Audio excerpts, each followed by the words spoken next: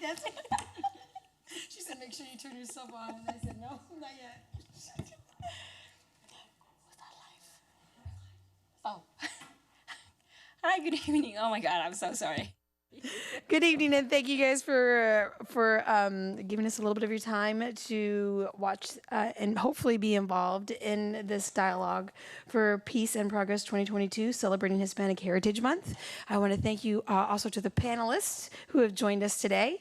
Just a brief description of me. I am Kyle, City Council Member District 2, Yvonne Flores-Cale, and I'll let Miss Daniela introduce herself and then the panelists. Thank you, everybody. Thank you to all the panelists for joining today. It really, really means a lot to us that you guys were so willing to come and tell us the story and to tell us your experiences. So to who don't know me, my name is Daniela Parsley, and I'm a City Council District 5. And we are here trying to continue the job that former council member Ellison did, an amazing job with the Dialogue for Peace and Progress.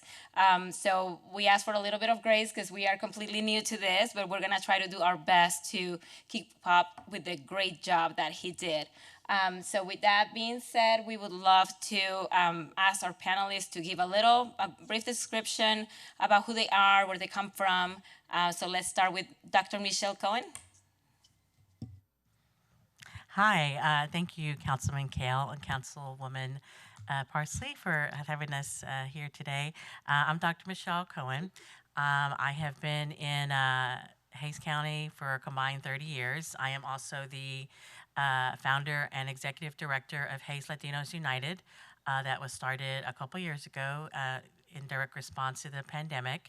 I've done a lot of community work here over the last couple years, being in the community, in the Hispanic community specifically, and I've learned so much from my community just doing our work.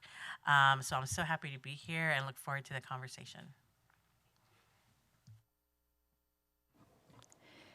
Hello, everyone. My name is Angelita Tobias, and I am a resident of Hays County. I was born in San Marcos, and I have been living here in Kyle for 45 years. So first of all, I want to thank the councilwomen for the invitation and to tell them that I am so happy and proud to see females, women in the positions that they hold. I thank you, and the legacy that you put forth is everlasting. Thank you for your involvement in the community. My name is Domingo Castillaja, and I was raised here in Kyle. Spent about 16, 17 years before moving to California. But prior to that, I served U.S. Air Force during the Vietnam War. I spent 23 years in California, where I obtained my undergraduate degree from Pepperdine University. I was transferred to Dallas when we created the world headquarters for Verizon. There I obtained my MBA from the University of Dallas. After my retirement there, I went to teaching at Dallas Community Colleges and Tarrant County Community Colleges, teaching subjects in business, including marketing, intro to business, finance. And then after that, I decided to come back home where I had all my fond memories. So I'm back home again. And once again, well, thank you a lot for including me in your panel discussion. Hi, I'm Vanessa Rodrigues. I was born and raised in Edinburgh, Texas, down in the valley. It's very close to the border. I moved here to Cal maybe 5 years ago, and I like it here and I love it here. Everyone's very nice. But just wanted to say thank you both for inviting us to be here and be able to speak about Hispanic Heritage Month. Hi, my name is Ariana Cobos, and I was born and raised in Venezuela. I moved to the U.S. probably like 9 years ago, and I've been in Cal for the past like 3 years or so, because my sister lives here. so yes. She follows me around. Yes, I do. So yeah, it's been a pretty interesting experience. Just it feels like being reborn when you move to a different country, and just, yeah, it's a it's a pretty good city. I like the community particularly, and just to reinforce the messages from other panelists. I love to see the female representation and also Hispanic representation within the Cal City Council. So yeah. Well, thank you. We have one more panelist on their way. They kind of got stuck in the traffic coming from San Antonio, and I think we can all kind of relate to that. So Mrs. Angie will be here hopefully later on. And so I guess we move on to our first question. These are just going to be conversation starters. So if any time in between that we go on to a different subject and it works, then I'm going to ask that we continue that subject. And these are just guidelines. So the first... Do we want to let Rachel do the rules for the people online? Rachel, would you mind sharing with the online audience about their questions, the Mentimeters? We will have Mentimeter polls going throughout the dialogue that audience members can participate in, whether you are virtually watching this on Facebook or YouTube or Kyle 10, as well as those that are in the audience here. All you have to do is go to menti.com, and then whenever we'll have the screen up and it'll tell you how to log into that too. But go to menti.com and you'll enter the code 35254261, and you'll be able to answer the audience participation questions that way. All right, thank you, ma'am. All right, so we are going to get started. I'm going to be asking questions whenever you guys want to talk. You raise your paddle to let us know that you want to participate. Our first question is, the Hispanic Heritage Month 2022 theme is Unidos, Inclusivity for a Stronger Nation. Per National Council of Hispanic Employment Program Managers, do you think it's important to have a theme each year, and were you aware of the themes? Like, I wasn't aware of a theme, but... Okay, Mr. Domingo? Yes, I think you should have a theme. For one sense, it provides direction to employees, in this case. I managed both domestic and international departments. And we always have themes because it provides unity and direction to my employees. Thank you. Ariana? I actually wasn't aware of themes, but I think it's really important due to any events that may happen throughout a year and what's relevant to the nation in general. I think it's important to have a theme because it can give the opportunity to explore those layers under a particular celebration. I agree. Anybody else would like to participate on that question? If not, we can move to the next one. All right, perfect. So what does Hispanic Heritage Month mean to you? Do you feel it is important to recognize or celebrate Hispanic Heritage Month? Miss Dr. Michelle Cohen? Well, just a little bit, about how Hispanic Heritage Month was created, right? 1968, LBJ created Hispanic Heritage Week, right? And then Ronald Reagan in 1988 expanded it the entire month. So thinking back as a young person in 1988, I was still in high school, so I was not aware of this holiday back then. And so for the longest time, I really was just not aware that this is something that we celebrated. I know within my own family and my own, within my peers, we'd have parties to celebrate us as our culture.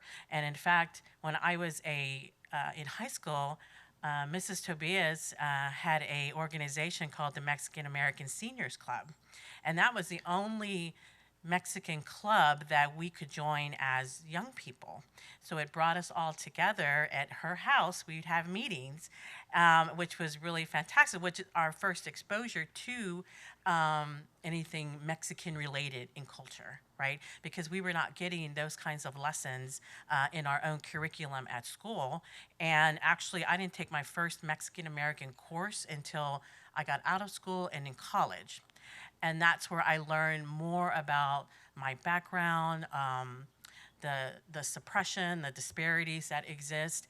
And actually, I don't call myself Hispanic, I call myself Latina.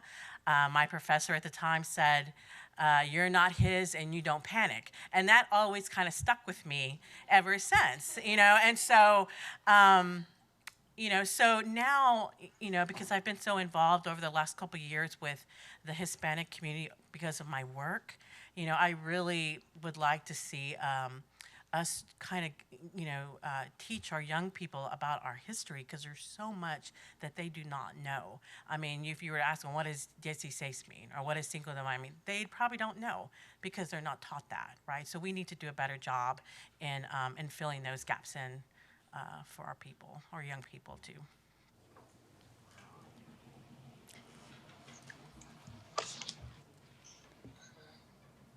Ms. Vanessa, do you want to go ahead? Well, what Hispanic Heritage Month means to me, I don't know, I feel really proud of this month all the time. Like, this is basically who I am, right? Just born and raised just in a Hispanic household. And also just how, like, proud of how we have, culture-wise and social, oh my God, I forgot the word, but it just how we influence, the world today, and how stuff that we do and stuff that that we are taught, like she said, I know we didn't really grow up really I also didn't grow up like with Hispanic or like any school learning stuff like that, only at home. And I wish it was more represented at school and stuff like that, but other than that, but that's just the way I see Hispanic Heritage Month, is just always being able to go and spend time with my family and learning more about their history and stuff like that. Thank you for sharing. Ms. Angelita Tobias. Thank you. Gracias. My first language is Spanish. Mi primer idioma es español y me encanta mucho hablar con mi idioma, solo que les doy un saludo. Para mí, lo que es más importante de esta fecha es cuando estábamos pequeños, nosotros siempre trabajando en el rancho, en el campo. Solo que una vez al año nosotros estábamos listos para celebrar la fiesta del 16 de septiembre.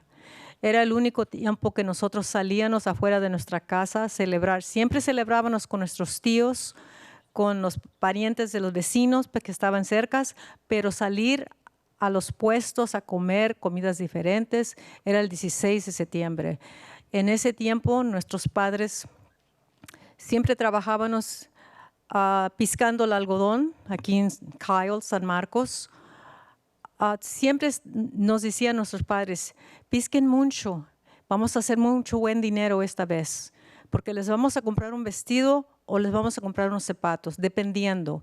Yo soy familia de mis padres, tengo 10 hermanos, ¿okay?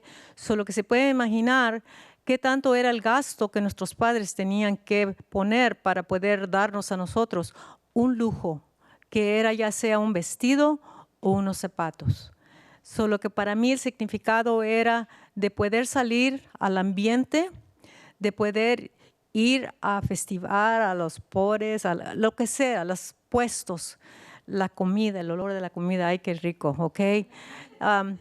Allí creo que fue probablemente aquí en Kyle, teníamos una plaza, la Plaza de los Méndez, aquí donde está, bueno, está el 35 hoy. Pero allí tenían los puestos de comida. Y me recuerdo una señora que le nombrábamos, parece que la señora era Méndez, creo, Memita, parece que se llamaba. Ella es la que me introdujo a mí a una hamburguesa.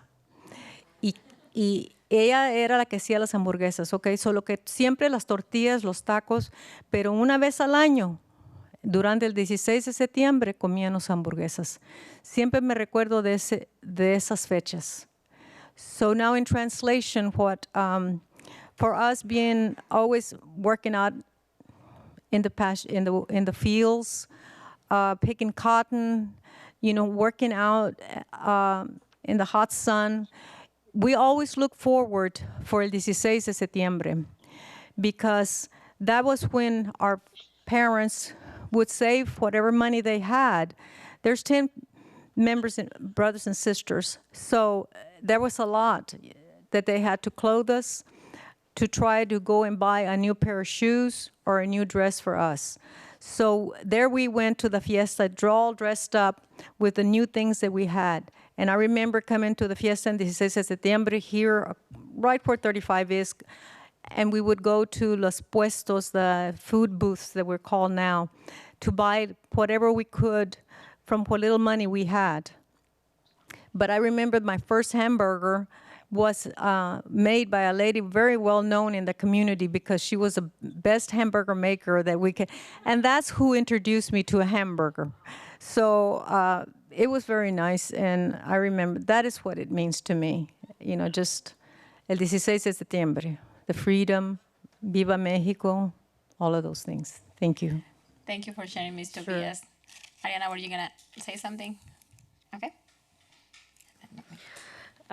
So I think for me, understanding the at least in the culture of the United States, I've seen a lot of the different months, like Black African American Month, Hispanic Heritage Month, and I think thinking of back home in Venezuela, we didn't have that integration of different cultures, and to me, it's a really good way to learn, you know, like become diverse in terms of like learning of all the cultures that come into this melting pot that like make the United States a very cool country.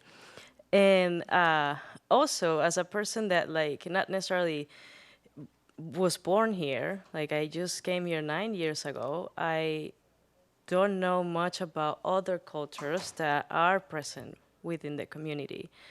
And this month, I think it makes me feel like even though I wasn't born here, I still can belong here.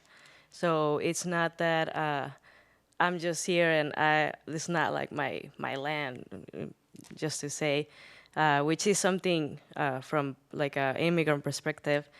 There is a point where you feel like you don't belong there and you don't belong here anymore, and it's quite sad sometimes, because it's like you think about back home, but that's not your home anymore, and you don't, like, you missed it, but you live here now, but then sometimes you don't feel like this is your home. And having this month is like highlights the history of different personalities and great things and achievements of people that may come from places related to where you were born. And it somehow makes you feel like, okay, I do belong here, and people like me have belonged here for a long time.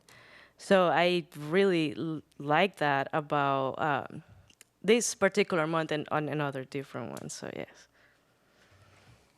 Thank you, Mr. Domingo.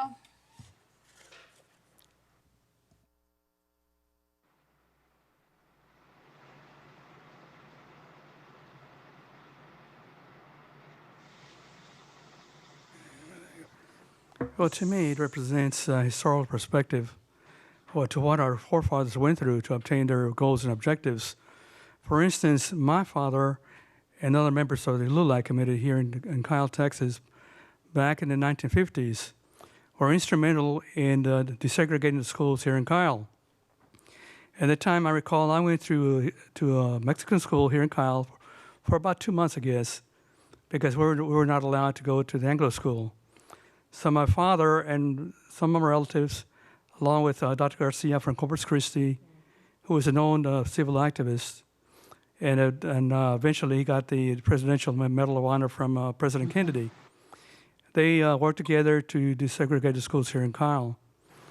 So that's what this month represents to me. All the roadblocks, barriers that we overcame to get to the point where we are at this point now. Thank you. Now, if you don't mind, I have to follow up with a question, a couple of questions regarding the Hispanic school here in Kyle. You said you went there for a couple of months, but my question is, what did it look like? Was it like, what kind of building was that? Because obviously this wasn't like a regular school, was it? It wasn't like the Anglo schools, was it? It was like a school that had outside toilets and outside faucets where we drank the water from. And the school, of course, the quality wasn't as great as the Anglo school. And my father was an advocate of education. I come from a family of 12. We all finished high school, and some of us, we gained advanced degrees, all because of the advocacy of my parents. So that school, was it built especially for the Hispanic kids, or was it just a building that they found and they It was built for Hispanics. In fact, at one time, my father was willing to spend some money to have that school, to move it over to where Kyle High School is at right now, or the old Kyle High School. When you integrated into the other school, did you notice a change either in food or anything that you kind of, it's nice? Me and my husband had this talk today, and my comment was, if it's separate, then it's never going to be equal. But even when it is separate, it kind of gives you a sense of like camaraderie, because you're with other Hispanics. Is there anything that you kind of missed when you went to the integrated school that was at the Mexican school? Not really, because at that point there were some Hispanics also that transferred with me as well. But it did provide me with a better education, to the point where when I was in 7th grade, I won an award for reading. And I still recall one of my mentors, Miss Maple Kretzmeyer, that brought me here to the Hayes Free Press, took my picture, and it was, in fact, I've been looking for the picture ever since. But it is a different perspective. You have a better quality of education. Okay. And then I do want to, if I can, just kind of comment on what Miss Ariana Cobos said, because it touched my heart directly when you said, even though I wasn't born here, I still belong here. And for me, this last couple days even, it kind of got controversial online when somebody used the word Latinx. And you're like, what does that mean? And what does that look like? So even just the word Hispanic and Latin, those are words that do we really understand? Do we know where they derive? Hispanic is anything from Spain, right? So like anything that speaks Spanish, I should say. So you're talking about various countries, and they're all here in the United States. We're all here. And so I think it got to be a little controversial because the word Latinx is not a word Latin people use. It's not a word from Hispanic people. And so even though I understand the need to want to be progressive, it's always my thought that we can't lose who we are. And so if I could kind of get some thoughts on that word, just the word Hispanic in general, because I am not going to lie, I had to look it up. I was like, what does that exactly mean? What does the word Hispanic mean? And so I was kind of curious, in going along with the question, what does Hispanic, not just Hispanic month, but what does the word mean to you guys? And just to quickly say something, we will have to add Brazil to that. And they speak Portuguese, so it wouldn't even be Spanish-speaking people. It will have to, because they're from South America. So and Portugal from Europe, too. Yeah. So I guess, what are your thoughts on that?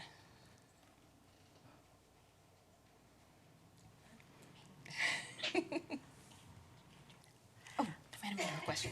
I'll just comment. I mean, like I said before, I personally don't prefer the term because and I definitely don't like Latinx. It's just basically, let's group them all together in one place under one word, and that's not how it is. We all come from different backgrounds, different countries, and to lump us up like that, I don't agree with that. Like I said, I go by Latina because that is more. I can relate more to that than the Hispanic, because you're right, it does come from Spanish, Hispanol, is where it comes from. So anything Spanish. So, but that's me. Everyone has their own opinion about that word. But for me, I stick to Latina. I embrace Mexicana. I embrace it. It's my being. And that's how I identify myself. And talking about what Mr. Castillaja was talking about, what was their schools like? I was the first member of my family that went to an integrated school. And it was at Campus Elementary, up where the University of San Marcos is now. I venture to say that it was a very lonely experience for me. It was a very lot of hardship, a lot of challenges. When you speak of a young child, and today I bring this dress to this form. This is a dress that I wore, and I bring it to tell you and to show you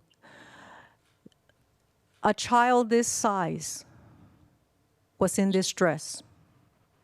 A child this size, not knowing any English whatsoever, parents never went to a formal education, was set out there to an integrated school, not knowing the language. And now as an adult, I understand and I have empathy for the teachers because we were thrown at them. They did not know how to speak the language. I certainly didn't know how to speak the language.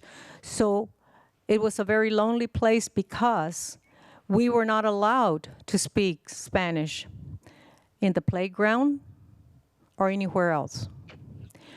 In the classroom, if you were asked to stand up, which I was standing up sometimes and left standing, and I wore this coat today because this is a coat. Remember, we were a large family.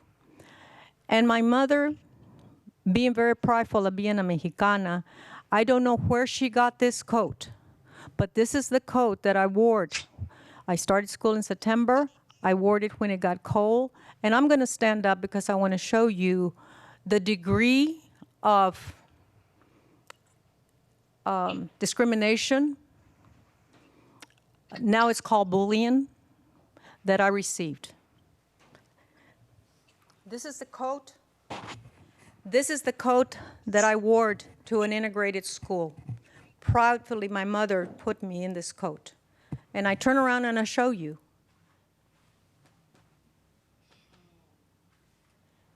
And I bring it here because I believe in bilingual education. I am a social worker, been a social worker for 29 years. And I decided as a grown person that I was going to step in the educational arena because I wanted to take care of many Angelitas, Garzas, who were coming in from other countries and joining at a school where they did not know the language. And so that has been my passion for 29 years. And education is the tool that I tell them that is going to get you places. So when you tell a child that they cannot speak their language, that does great damage to them. And so what I try to strive with everyone that I interface with is that we have to meet the child where they're at, irregardless of where they come from. And so I am a strong advocate for the immigrants coming over. I embrace them. I believe that in this wonderful country of ours, we can provide. And if we believe in pro-life, then we should believe that no child should be taken away from their mother's arms and put in cages. That was the saddest moment of my life when I saw that. And so I will continue, as God gives me the grace, to continue to work for the students, to continue to encourage parents that education is the tool that they need. Equality hopefully will come someday. We're not there. The struggle and our journey still continues, not only for the Hispanic people, but all immigrants coming into this country. So that's what I have to say about education. I'm passionate about continuing this journey for all. Thank you. We have online with us Miss Angie. And I just wanted to touch base with her, make sure she's hi. Thank you. I'm sorry you hit that traffic. I wanted to give you an opportunity to speak since you were on the screen and we weren't really aware. So, do you have anything to say? Thank you. Yeah, I actually turned around and came back to my hotel in San Antonio. I'm Angie Viescas and or Angela, but I'm here at the 50th anniversary and reunion of La Raza Unida party. So I hear you all talking about how you identify, and I too identify as a Mexicana. But more so even as a Chicana, and so I'm very excited about this weekend and the month. And I used to hear some of my friends, African American friends, say that we don't just want Black History Month. We want it 12 months. I feel like we lose appreciation when we. So I'm glad that we have a month, like someone said there on the panel, to highlight the things that are important about our heritage. And I think it's great to celebrate, so we know we can look forward to that month on the calendar and do a whole bunch of cool things. So I really am appreciative of Hispanic Heritage Month. And it's really important that we study the history, our history. And like the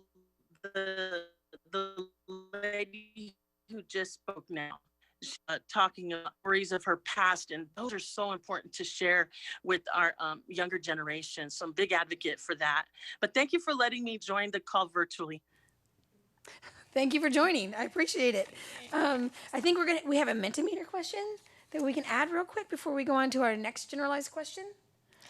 Yes, so to everybody that is in the audience joining us online, why is it important to recognize Hispanic Heritage Month? And you can enter your answers on menti.com, and Rachel gave us the code not long ago. If we can repeat it just in case that somebody missed it. Yes, the code is 35254261. Go to menti.com and you can enter that code to take part in the audience participation. All right, and while people are putting those answers in, Ms. Tobias actually hit on immigrants coming to the U.S. and her support for them. And so the next question I have, there are things that have occurred in the past year that have taught us all about our heritage and our community and society as a whole. Is there anything that sticks out as far as current events that you guys feel have impacted either the U.S. or yourself personally? And if you want a more specific question, I will tell you. This morning I was listening to the news while I was getting my hair and face ready, and I heard about the asylum seekers that have come to the U.S. and somehow they have thought they were going to go to one place and they were sent to another.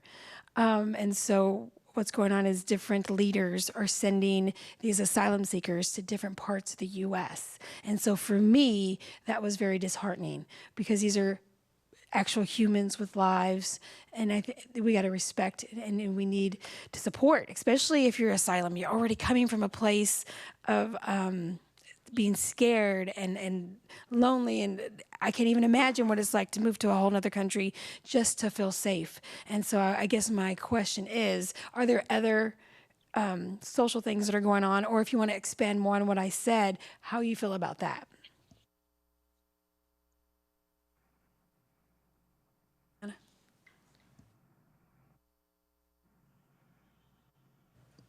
Okay.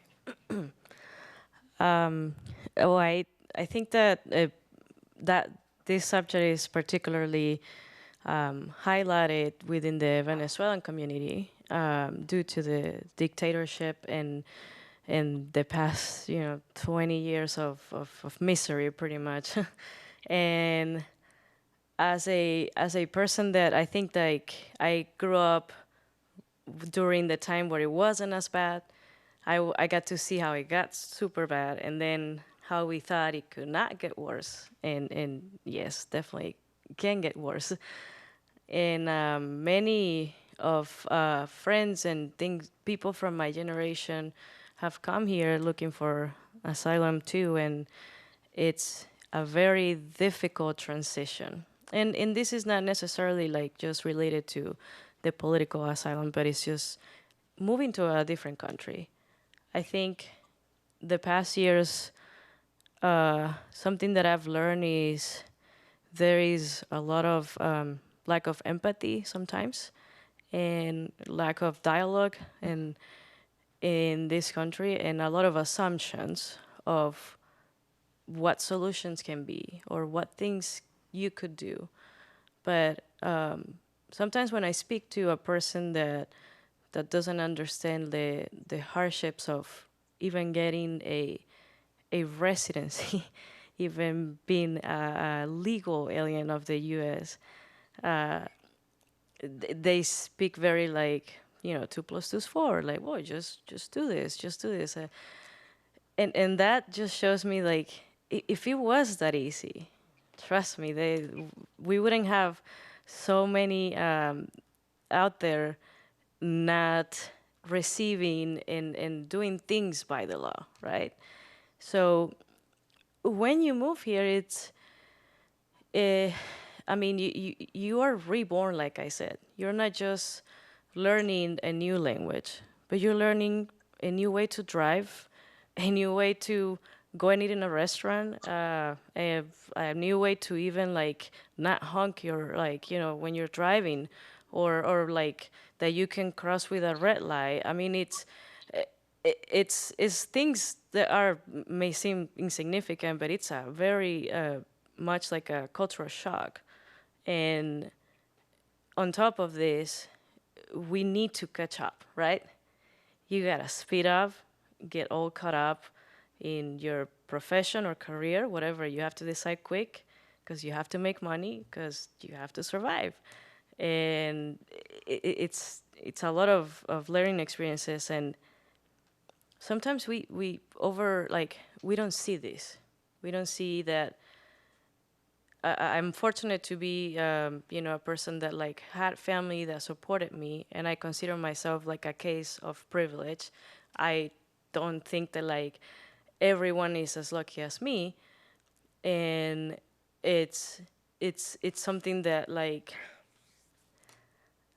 I mean, imagine like just coming here. It can be even a traumatic experience, right? Like a lot of mental health issues because you're depressed, because you don't belong, because you don't know people, because you can't communicate. Like it's very difficult. Imagine that you don't have insurance, that you can't see a doctor, that you can't ask for help because you're scared that may jeopardize your status. So these are layers that we tend to not even consider. So it's not just find a job and live the American dream. It's a lot more than that. And the resources aren't always the obvious. So it takes a lot of digging and learning to find resources. And so just wanted to highlight those like hardships that sometimes, again, the lack of dialogue and empathy just don't allow us to understand what it takes to make it. So I appreciate that.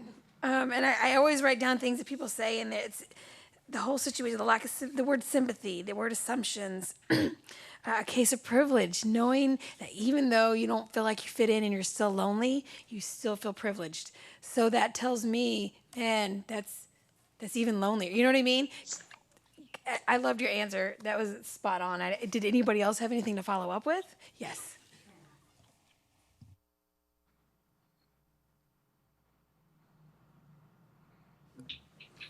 Okay. Well, I'm not an advocate of open borders. I was in the Air Force 4 years. I was trained by my government to protect my country. I believe in effective immigration policies. This was needed. We have all the technology that we can employ to keep track of everybody that comes across. But to open the borders, let anybody come in, that's not the way to do it. We don't know who's crossing. We have a lot of people that are coming across with ill intentions to harm our country. And that's the way I feel. But I think we can allow a lot of people live from other countries with an effective immigration policy. No, I agree. And I think your background has a lot to do with it because you are in the military. So I think it's automatically you just want to protect the country. And so that's coming from, that kind of perspective.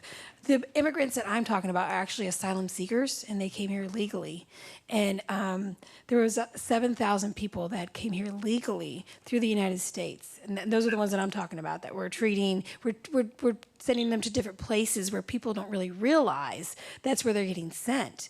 And not just one or two, to the tune of $13 million in the last 4 months. Yeah, they say they're asylum seekers, but we have not looked into that, whether actually they're real asylum seekers or not. Well, I think there's a process that they have to go through. Yes, exactly. So, and those people have gone through it because they have been. And it can take even 10 years. I can say that my best friend is here through political asylum. Mm-hmm. He's been here for probably 6 years. He doesn't even have a court day yet. You are right. So imagine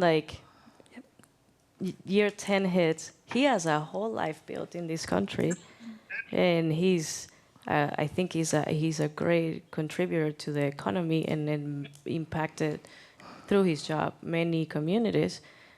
The one day just like, okay, you've got your court day, but you're out. And there is a process, but is it effective? Is it inclusive? I mean, is it fair, right? That's the complicated thing. Again, 6 years, not even a court day, that's a long time to be on what if tomorrow, right? Right. Because one thing everybody wants is stability. So I processed H-1B applications in my prior paralegal job, and I learned that there's actually a website that you can go to for people who would like to get the green card. And the current wait time, if you're a Mexican coming from Mexico, is approximately 30 years. And that's if you're doing it right. They want you to wait 30 years before you process your paperwork to get your green card. So going back to what Ariana says, it's not so cut and dry. I don't think it's efficient. Instead of sending people to the border with guns, do we send attorneys? Do we send people that can help process them? Because I understand, coming from a military background, my dad was in the Army, there is that, we don't want the enemy here. I completely understand that. But what does that process look like? And is everybody the enemy? Or, if it wasn't for immigration, my grandparents would not have been here. So therefore, I wouldn't have been here. And now that we are here, I don't know if it's really fair to say other people can't come in.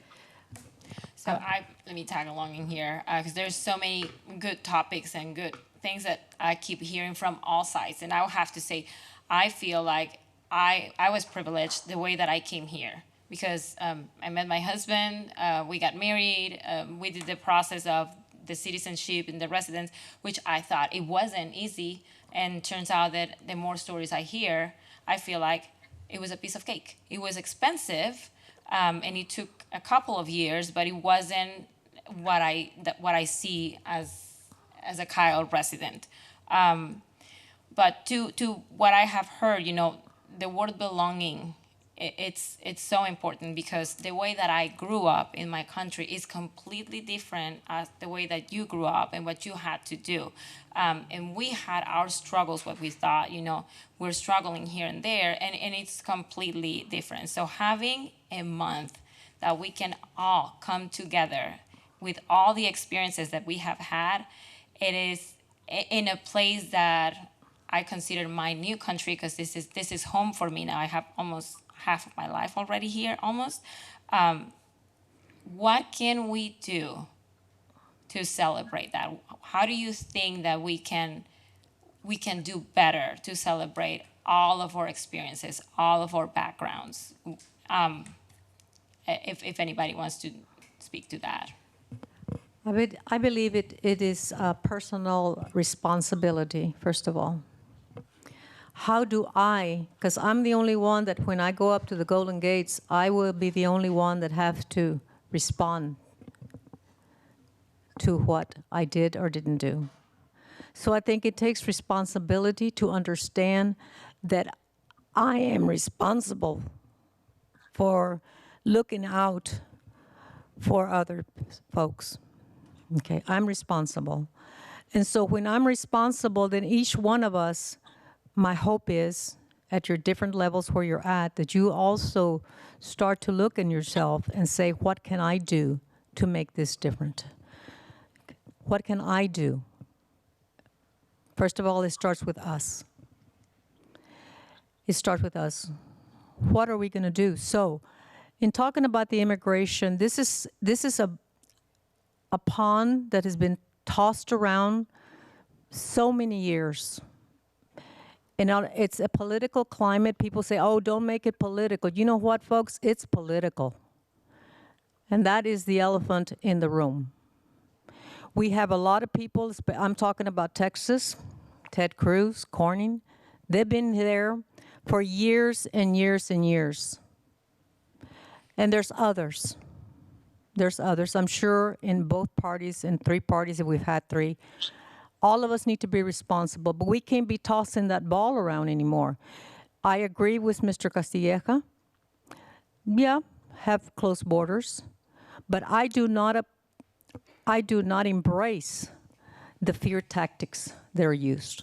I don't embrace them, because everywhere you go, there's going to be people who have not made the right choices in every country. In every country. And so we cannot classify immigrants as, I don't even want to say, but the president that we used to have, that we were all Mexicans and we were all rapists. I will not embrace that, because we have beautiful people. And that just tells me that certain sections of our country, perhaps we need to work slowly to educate them about the beauty of embracing everybody. Unidos means unidos nosotros hispanos, primeramente. Primeramente. And then hopefully through example, the rest will follow. But it starts with us. I agree. Okay. Thank you. And I wish there was, like, one of the things that I feel like, why haven't we worked on this, on a path to citizenship? I worked for Wells Fargo for 3.5 years, and I was mainly a Spanish banker. And you hear stories after stories, and you see all of these hardworking people who've been in here all their lives and have not been able to become residents, but they have done everything right. So what are we doing for that? It always broke my heart to see how is that you are even paying taxes and you have not been able to become a legal person here. So it's definitely, it's for sure an elephant in the room, and it's a really difficult topic to handle. So. Do we want to go to, okay, go ahead, sorry. Yes, I concur with what you stated. It is taking too long, and what we need is an effective immigration type of service. Mm-hmm. There's no need for a person to wait 30 years, not with the technology we have at hand. I will say, in respect to the, are you proud of being American and all that? But I am proud of being American. I was born in America, but like I tell everybody else, mi sangre es mexicana. I do love the way that you were so willing to give us your opinion. The differences of opinion is exactly what me and Daniela wanted for this. And it brings me great joy to know that not everybody up here thinks the same and that they're willing to say that. So I want to thank everybody for that. And Miss Angie, I just want to make sure I didn't miss you in case you had something you wanted to say. No, you guys are doing a great job. I'm just so proud of our councilwoman and Kyle. Y'all are beautiful inside and out, and having this dialogue, it is the progress we need. It leads to the progress we need. Just to hear individuals from Ariana, to know that she doesn't always still a part. It's my prayer that one day all of the immigrants that have been here, whether it's 9 years or 9 days, will feel a sense of welcome here, and that they truly are part of it, and that we want to know about the cultures like from Venezuela and those experiences from other Hispanic cultures. So I'm excited. I moved to Kyle over 20 years ago, but I was raised in Uvalde. And as everybody knows, we had a horrible tragedy on May 24th. So I've been in Uvalde a lot for the last 100 days. And so there, I just want you to know, there it's a little different than in Kyle. Like Latina is not the term that's preferred there. We're definitely Mexicanas. And so it's neat to return. Okay, I think you're cutting in and out. You gotta love technology. And learn more. Excited to hear. Okay, I'm sorry. Yeah. Well, no, just thank you guys. You're doing a job, and I think this panel is dynamic. I love this panel. This panel's been great. Miss Vanessa, is there anything you wanted to say?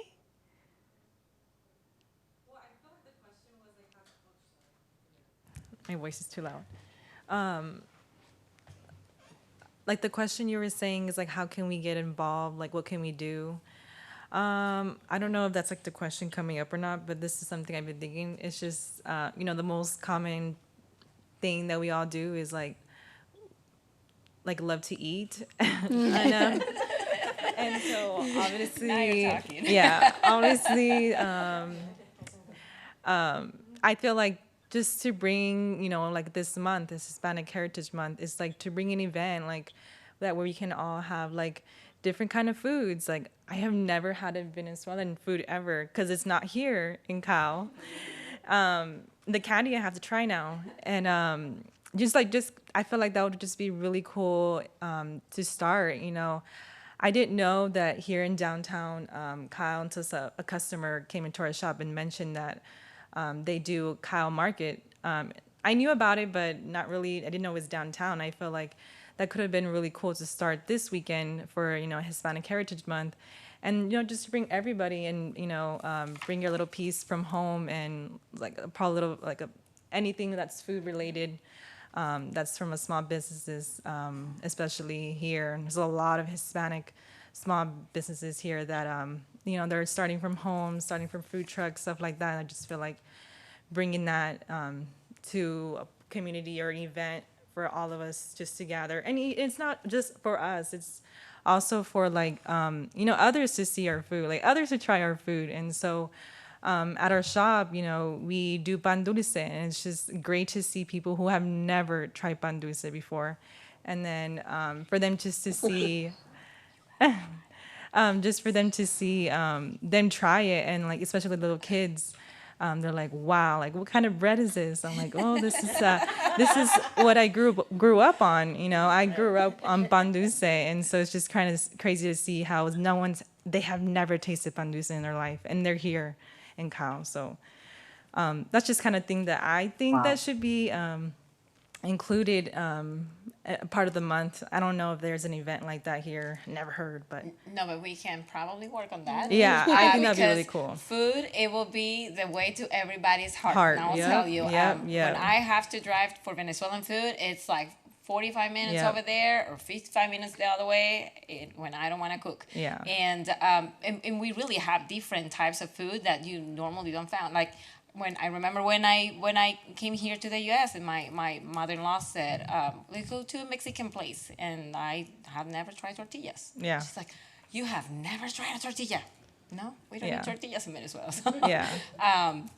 But yes, anyway, did you wanted to say something, Ariana? Yes, I actually think that's a great idea. And it reminded me of something that my school back in Venezuela used to do, because Venezuela is actually like another melting pot. There's a lot of different communities, and we will have like an international, I think like a international, I don't know how to say in English, but little like kiosks with like food. Yes, something like that. Mm-hmm. Like say it in Spanish. Oh yeah, como una Dios mío, una vendimia internacional. So like there were families from, like, let's say Italy, Germany, China, and Italians. I already said that. Each family would just cook something, right, from native from their countries, and they will sell these like plates, and then the money will go towards like any specific like cost that was supported or something like that. So it makes me think, what if we will have something like that in here, but not necessarily from like all countries, but like for Hispanic Heritage Month, you know, we can cook Venezuelan food. You guys can bring Mexican food, and then maybe just different things. And I mean, why not to expand that to represent something cultural as like a type of dance or a type of tradition? And then even if there is some sort of money involved, then we can also, as the city, decide, hey, what if we donate this to a particular Hispanic Heritage Month cause or something like that? I think it's precisely things like that that help us get to know each other. And yeah, I mean, food, I'm really proud of introducing Venezuelan rum to people. And it's something that Venezuela, like, we're proud of our rum because it's one of the best in the world. And people are like, oh yeah, I don't like rum, and I'm like, no, but it's like the rum here sucks. Like, you have to try the Venezuelan rum, and they don't believe, and then they try and like, oh my gosh, this is like really good. I'm like, right? And so yeah, it's just little details like that we love sharing that piece of home with our new I guess home partners in the community. So yeah.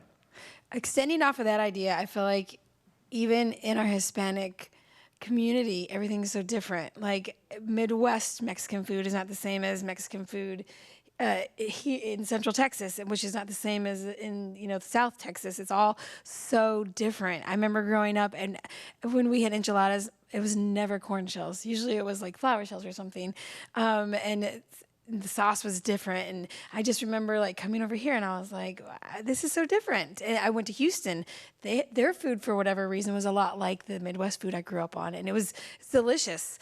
And I will say, I'm not trying to promote anybody, but Abuelita's has the best tortillas around. Their breakfast tacos are so good. They're delicious. I remember, and we had to wait a little bit, but I was like, this is totally worth the wait. It was like warm and soft and fresh made, and so that I would say is more like what we ate. And those tortillas are different than the ones at HEB. I mean, they're alike, but enough that they're also different if you've made them before. And so that's interesting to know that even in our own Hispanic community, things are so different, food-wise at least. Do we want to go to the Mentimeter question? Okay. So on the screen, y'all will see the Mentimeter responses that came from the audience. If anyone on the panel would just kind of like to read through those and reflect or speak on any of those, feel free to raise your paddle. Do we want to read any of those out loud? Okay. So the question is, why is it important to recognize Hispanic Heritage Month? And then I'll just read one of them. I feel it's important to recognize this month because it feels great to have representation in our nation. We get to celebrate our culture and share with the world. Hold on.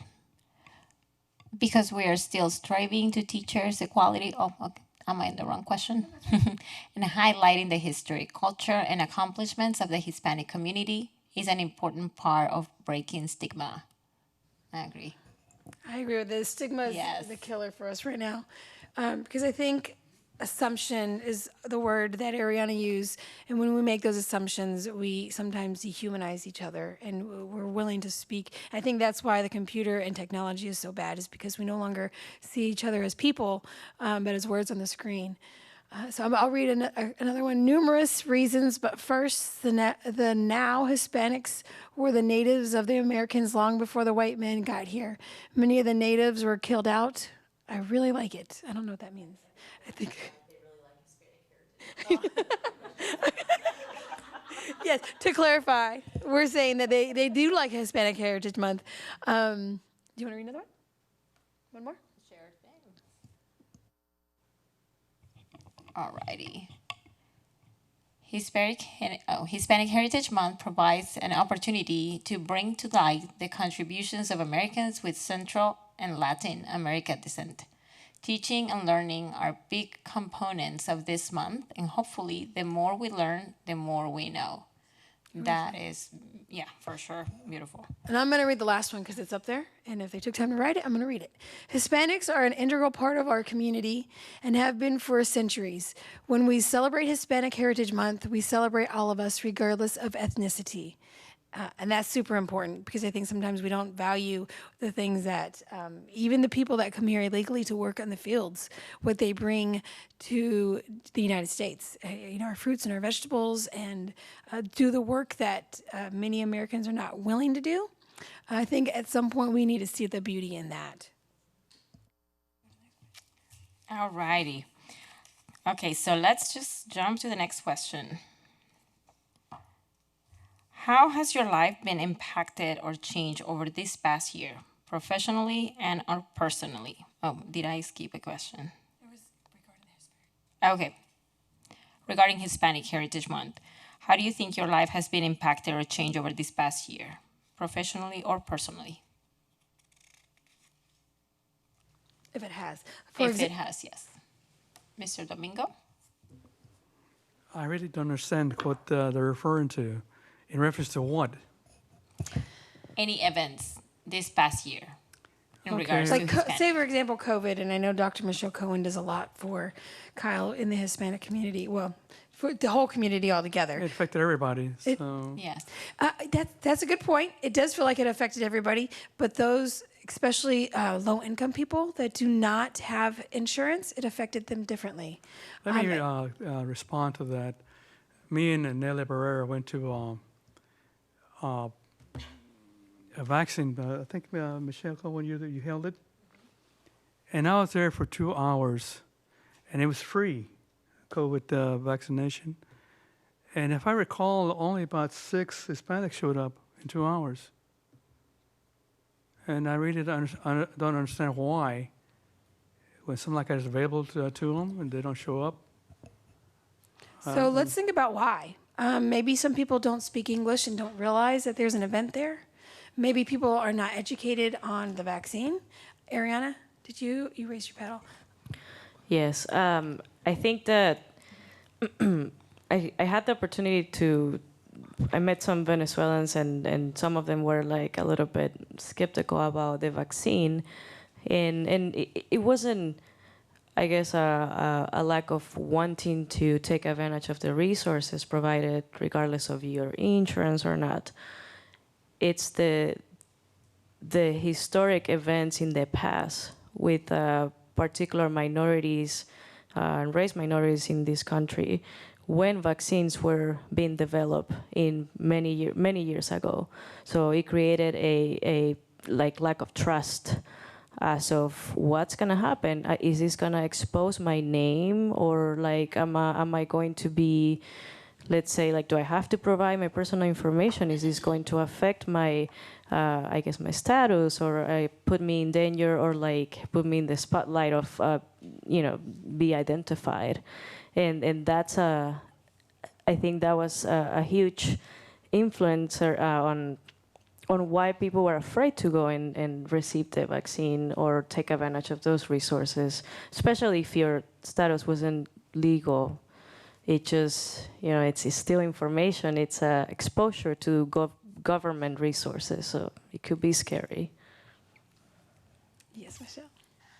Yeah, I have a lot of knowledge of this. So we've been battling the whole misinformation that has been happening over the past 2 years. Yes, we may have only had 6 people that come to a vaccine event, but guess what? That's 6 people that we potentially saved their life, right? And a lot of times they're afraid of the vaccine more than they are the virus. And that is because of the misinformation that's being spread in this area. I mean, there are over 94,000 Latinos in Hays County, and only maybe 44% are probably fully vaccinated. Back in February, it was 23%.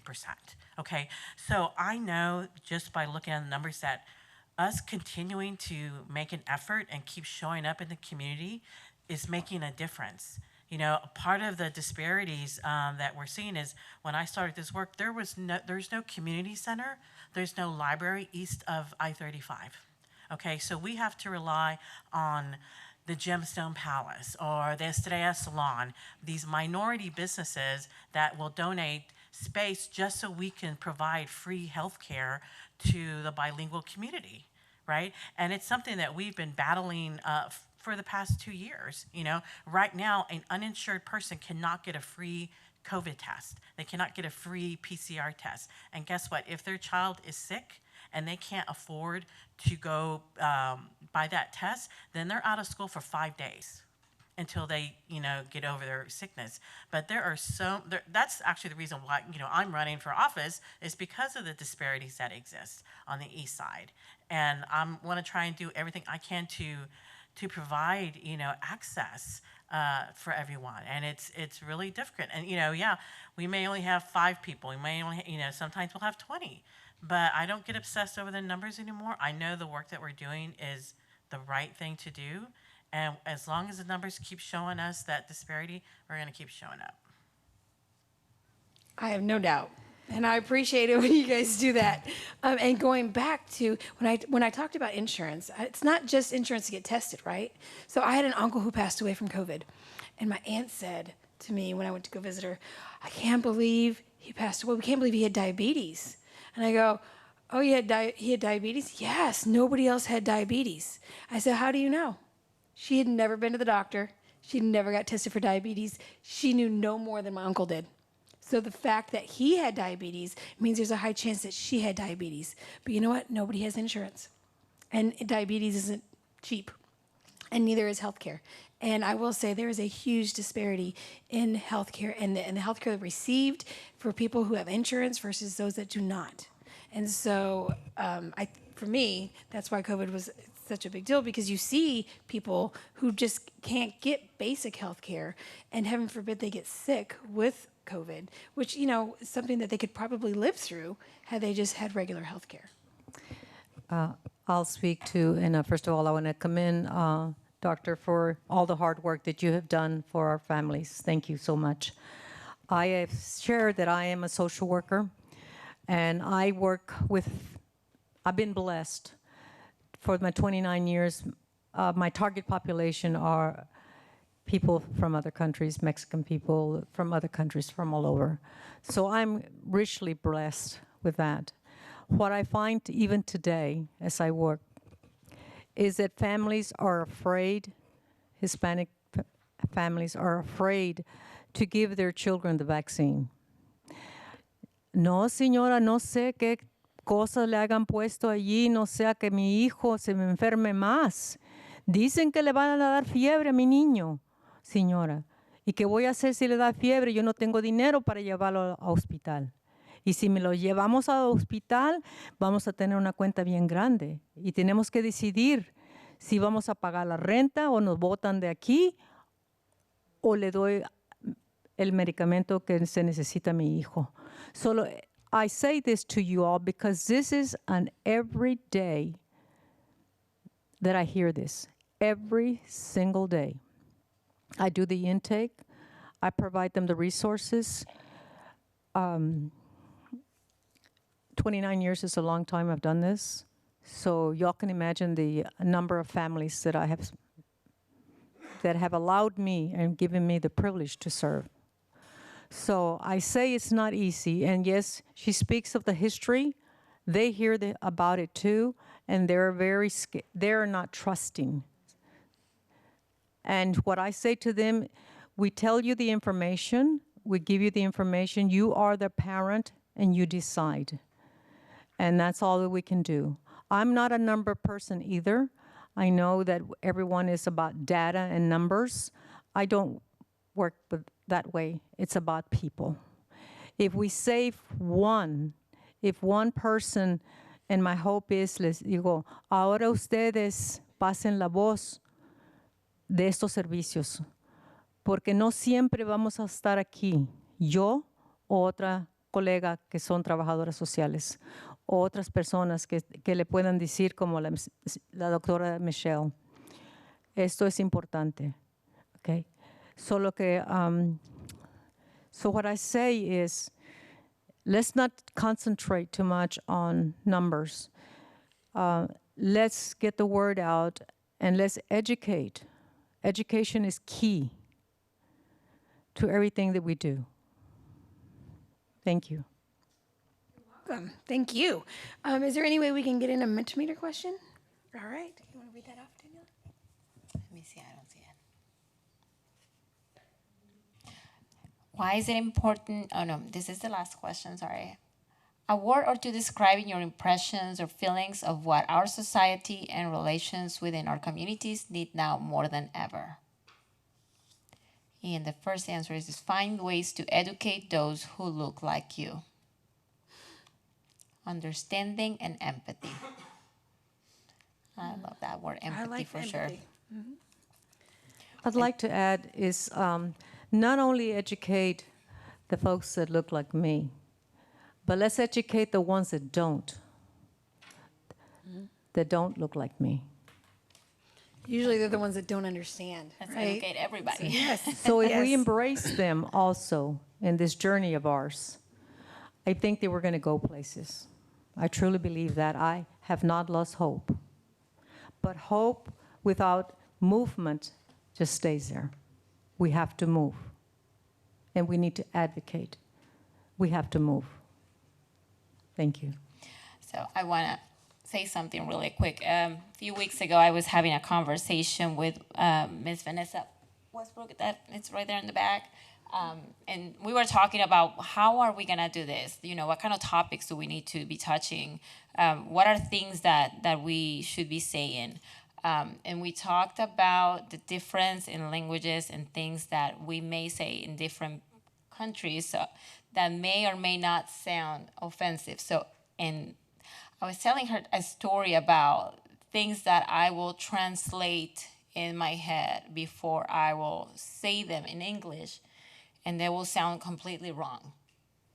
And so to somebody, I would be like, oh my gosh, she is so offensive. I cannot believe she said that. But in my head, it totally makes sense, right? And I'm not saying anything offensive. So she was saying, then you educate the person right there. And you explain, you know, this is what I really mean. I'm not trying to say this or that. So education and understanding and giving a little grace. Like, I'm pretty sure most of you have heard me when I'm here in council saying stuff that, okay, that totally didn't make sense. In my head, it totally did. So and let's my try sister to has seen that. So educating everybody, like making sure that we ask questions. You know, is this what you mean? And I'm speaking for residents of Kyle who speak my broken English. You know, like it's half and half in there, and I'm gonna use the wrong word here and there every once in a while. So just pausing and trying to be graceful and understanding and educating, you know, everybody that comes in contact with us. Yeah, So. and the truth of Daniela's dual language mean to me, and anybody else who speaks more than one language, is that person is clearly more intelligent than I am because I speak English, right? And even though I took 4 years of college and I can read it, I can't speak it very well. So to be able, or to even want to speak, a different language, and I always tell my oldest daughter that if someone's willing to speak to you and you want to speak back, that's good. They'll appreciate the fact that you're trying. And so I think having that thought in our head that we're all just trying to be heard.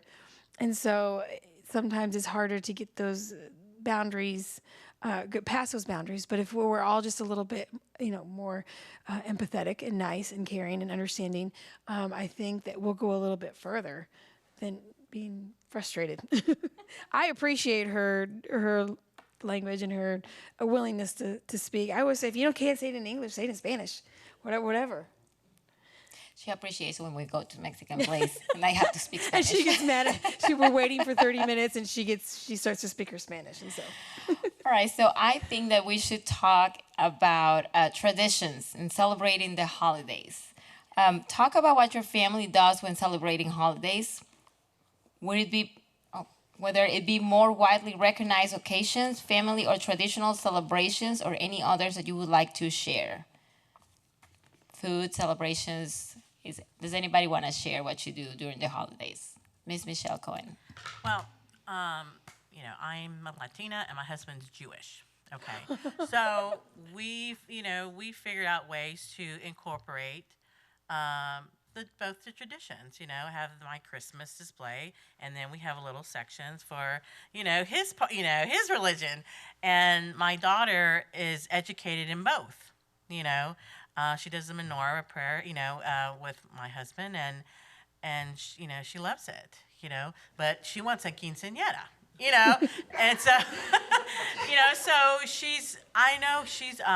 sometimes she struggles with, being exposed to the two backgrounds, but she really just has embraced both of them. She identifies as Hispanic. If you ask her, she says, I'm Hispanic, and so that's fine. Eventually she's going to come to her own and she's going to figure out, which way she wants to go. But, but it's really great to see that mixed culture within our family. I make pozole, but I've learned how to make Jewish foods, it's because I want to keep the tradition going. He doesn't really know how to do that because he's relied on his parents to do that. So I've learned how to embrace those Jewish culture and just kind of, participate. Actually, over the pandemic, we had, I put on a virtual Seder. And it was from people around the country all joined this virtual Seder together. And I had never done one on my own.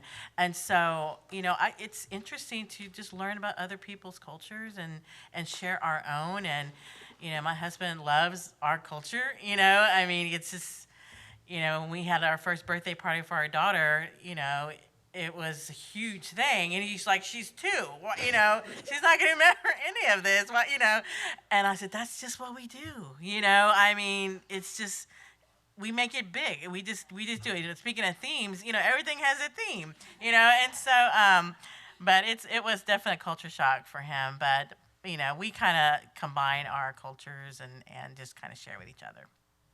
Okay, so Miss Vanessa, you had your pedal up? Yes, anything with food I like to discuss. But obviously, owning a bakery, when we first started, we started from home, like our business. And we started with buñuelos. I don't know if anybody knows what buñuelos are, but they're like fried tortillas, basically, with cinnamon and sugar. And, we grew up every December. That's when we first started. We grew up in just knowing those huge buñuelos during Christmas time. And that's all we knew it as. And tamales, too. That's all we knew tamales was only in Christmas. But here, it's all year round. But my brother, started the business with my abuelita. And, he posted the buñuelos. He did it out of, just sharing, her recipe and sharing the love she has for baking, and we help her every year during Christmas to do the buñuelos because they're so hard to make with your hands. But, it's just something so everybody can see, like what we grew up every December making, other than tamales. But I just feel like it's really cool to how we embraced our food and how we shared it to the community here in Kyle. And everybody was so accepting of trying our stuff. And a lot of people have never tried buñuelos. So it's just really cool to see people be like, why is this so crispy and everything's falling on the floor? And I'm like, yeah, it's just how it is. That's a buñuelo there for you. But that's just something that we love to do every year. And I think food is like everybody's love. And so, and that's what we do at the bakery. It's just, we do what we love and we're good at, and we love to see everybody else enjoy what we do. So that's just a little part of tradition that she's always done. And she's had her little recipe book since she was 12 years old. So it's cool to look at her little book that no one has seen before, but other than us. But I think that's just something cool to share to, like, maybe once to my kids, to her, their kids, to look back on. So yeah, anything food, I love to talk. Thank you. Yeah. Ariana had her pedal up. Yes, actually, I think that mixing tradition has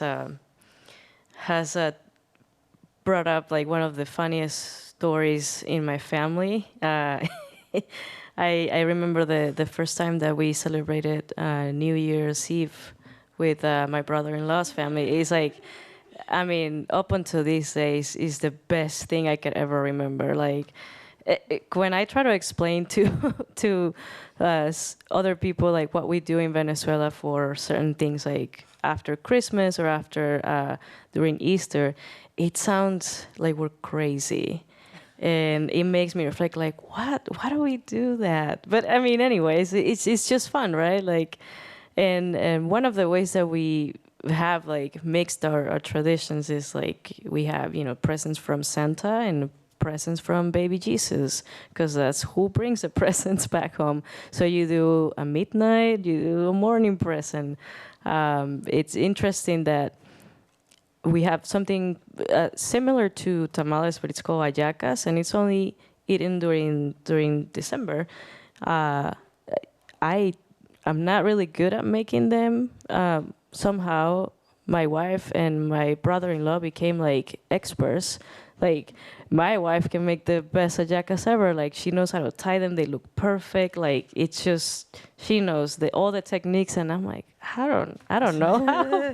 And yeah, and Gabe knows like how, when they're ready, how to like prepare the whole, like, the wood and everything. So that is, it's something that it's very fun to do, because you get the best of both worlds, right? I mean, for the kids, it's like you get presents the night before, you get presents in the morning. So it's pretty cool. Yeah. So yeah. I went to my neighbor's house one Christmas Eve, and I had no idea what baby Jesus was about. And I didn't know that candy was involved, and I didn't know about putting him to bed and waking him up. And I was like, I think I was like 40 years old, and I was like, what's going on? And they had pozole. And so it was pozole and baby Jesus, and I was like, okay. It was a good learning experience. And so I was going to ask if anybody else did. You brought up baby Jesus. You better keep it covered until after. That's a bad luck. Like, he has to be covered. It has to be covered until Christmas Day. Yes. Oh, yeah. It wasn't my baby Jesus. I'll it was invite you. I'll invite you to see my traditions. So we are almost getting to the end of it. Oh, I'm so sorry, Mr. Viescas. Go ahead. No. I just wanted to say that at our meals, I think we're kind of the melting pot. Everybody brings something from. It's a range of what we have to eat. Okay, so it's barbecue, it's whatever. Just bring food. Period. That's it. It's going to get eaten. It doesn't matter. That's the best. That is the best. When you have no idea what you're about to have for dinner. Exactly. It's like a buffet. Go ahead. I believe there's a bullet point to talk about your family. Mm-hmm. I wanted to share that my mother-in-law is one of the many women in my life that has been very inspirational to me. Feliz is her name. Mama, she was from Mexico and San Luis, and she said to me one time, as she was about my age, I guess, older perhaps, she said, "Mija," she was a resident, "I want to become a USA citizen, mija." And I said, "Okay, Mom." So I got her the book, and and I remember we were living in Georgia, my husband and I, Rosalio, and Mama would write me letters. "It says this. What does it mean?" She was studying for the test, and then later on, she would call me. "Okay, quiz me, you know, so to see if she had the question correct. But she says, Mama, why are you so insistent of becoming a USA citizen? And Mama said, Mira, hija, because when I die, I don't want them to say, allí en el Camposanto está una mexicana. No, quiero que digan una México-americana. Dice, Mama decía. So that's the reason why. And I thought, that's odd. I mean, who's going to know? I mean, but that was her goal. And she was about my age, perhaps maybe even older. I don't recall how old Mama was when she became a USA citizen. And it was such a joy for me and for our family to know that Mom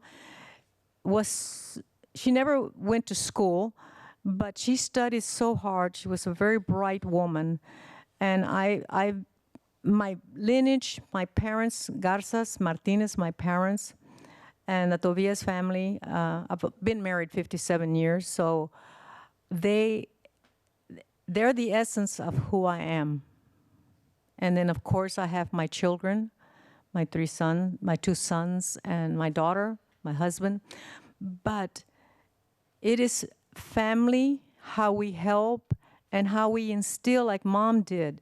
And I thought, why would she want to do that? So what that pushes me on to say to everyone, you never stop learning. And with my clients, no, señora, yo que voy a aprender, you know, yo ya, whatever, you know, their experience in their country. Yeah, I can't learn anymore, they say. And then I say to them, you know what? You know when you're going to stop learning? No. I said, when God decides to take you, that's when you're going to stop learning. So here's the book. Ay, doña. So anyway, that is my excitement of life, is how people continue to want to learn and to be proud of being a USA citizen.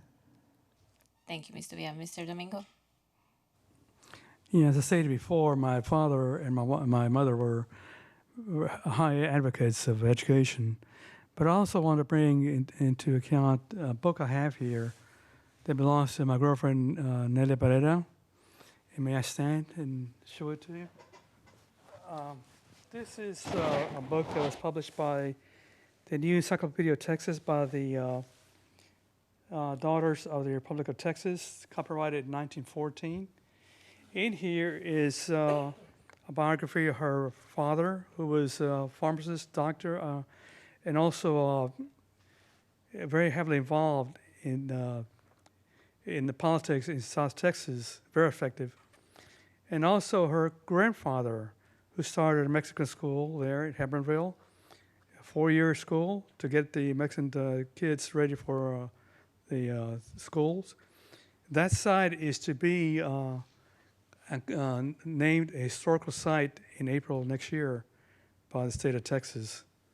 So here's the book that's here, and I just wanted to bring this out. Thank you for sharing that. And I know Nelia wanted to say some more. So, excuse my back. My name is Nelia Barrera, and I'm from Hebronville, Texas. And I'm a business owner. I've been in the oil and gas industry for 41 years. No one helped me get there. I did it on my own, going from drilling rig to drilling rig. And who gave me that essence of hard work? My father. And our parents, our grandparents who came here, and because of them, we are here. In 1894, the Mexicanos, the Mexican families of South Texas around Hebronville, they wanted their children to get educated. They wanted them to have good manners. So they brought my grandfather, Don Rosendo Barrera Guerra. I have his 100-year-old diploma and his over 100-year-old books. And some of them are here at the University of Texas, the Lloyd Benson Library, which is the second largest library in the United States next to the Library of Congress. So they bring him here, and they opened up this private military school because my grandfather was a loyalist during the American Revolution. I'm sorry, the Mexican Revolution. And there were 4 grades. I attended that school. And you had to go to that school first before you went to la escuela americana. Porque primero eras mexicano. El orgullo de ser mexicano. And so you would stand up, you would read in Spanish. The subjects that we learned were physics, geometry, how to hold a gentleman, how to hold a rifle, and it was all in Spanish. And when you finished the first row, you went on to the second row, the second grade, the third row, the fourth row, and then you went to the American school. And it was because of the pride de ser mexicano. That's why they started that school, not because we couldn't go to school. So a lot of bad things divided us. We couldn't eat tortillas. You had to sit in the back of the bus. You couldn't speak Spanish. They would spank you. It was an indignity in their words that we were Mexican, but we rose above it. We got educated, and then here in 1931, they asked my father to be in this book. It's an honor for all of us. We're all in this book together. So thank you. Thank you. Thank you. Thank you. Okay, we're going to wrap things up. But before we do, I did want to read the last Mentimeter question. And the question, and I think it goes beautifully with what was just said, is who in your family or network of relationships inspires you? And I see husband, my wife, grandmother, a mom, grandfather, and then she's a warrior. And we all are as women. And Hispanic women, we really are. I want to say thank you to everybody who came, everybody who's watching. I'm going to let Daniela wrap things up, but this was an amazing conversation. I hope this time next year we have it, and maybe we can have some additional ideas here. But this was really amazing for me. I think for sure next year we might have to ask for the 2 hours, because I think there is so much to talk about that we wouldn't even, get to. But I want to thank you all for coming. It really, really means a lot to us. I know this is not something that we started, but we want to continue. And if you can email me, write me, so we can do better for next year's events. Let's have more representation. Let's do more for Hispanic Heritage Month. More than this, let's do a festival, food trucks. I'm all about that. So thank you, everybody that was watching, and thank you guys for joining us. Thanks for letting us be here. Thank you.